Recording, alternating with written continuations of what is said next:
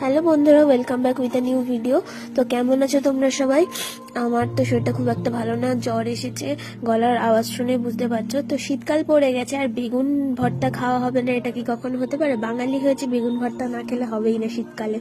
তো বেগুন ভর্তার জন্য বেগুনটাকে তো পুড়িয়ে নিয়েছি, তারপরে এখানে ধনেপাতা কুচি আর পেঁয়াজ কুচি রয়েছে, আর লঙ্কাটা না বেগুনের মধ্যে আমি চিড়ে দিয়ে দিয়েছি ওর মধ্যে ঢুকিয়ে, আর একটু রসুনও দিয়েছি 4-5 কোয়া।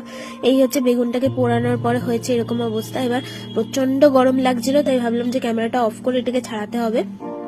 অলমোস্ট একটা পাশ ছাড়িয়ে নিয়েছি, তারপর ভাবলাম তোমাদের সাথে একটু শেয়ার করি, কিন্তু আমি না কিছুতেই ছাড়াতে পারছিলাম না, এত গরম ছিল।